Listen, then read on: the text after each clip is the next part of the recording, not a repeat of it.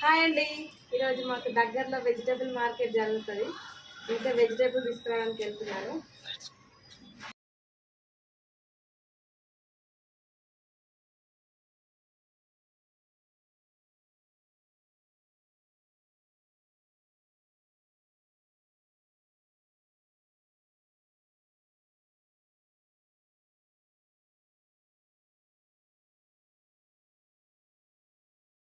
Market నుండి ఇంటికి వచ్చాము.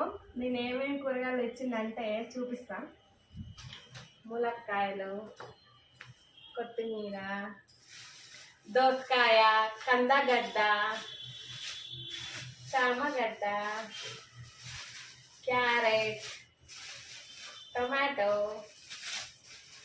క్యాప్సికమ్, బెండకాయ, పోపు చారు పెట్టినప్పుడు పోపు వేసుకోవడానికి ఎల్లిగడ్డ, పప్పు చారులో అప్పడాల కోసం అప్పడాలు. మొత్తం కూరగాయలకైతే 260 రూపాయలు అయినాయి.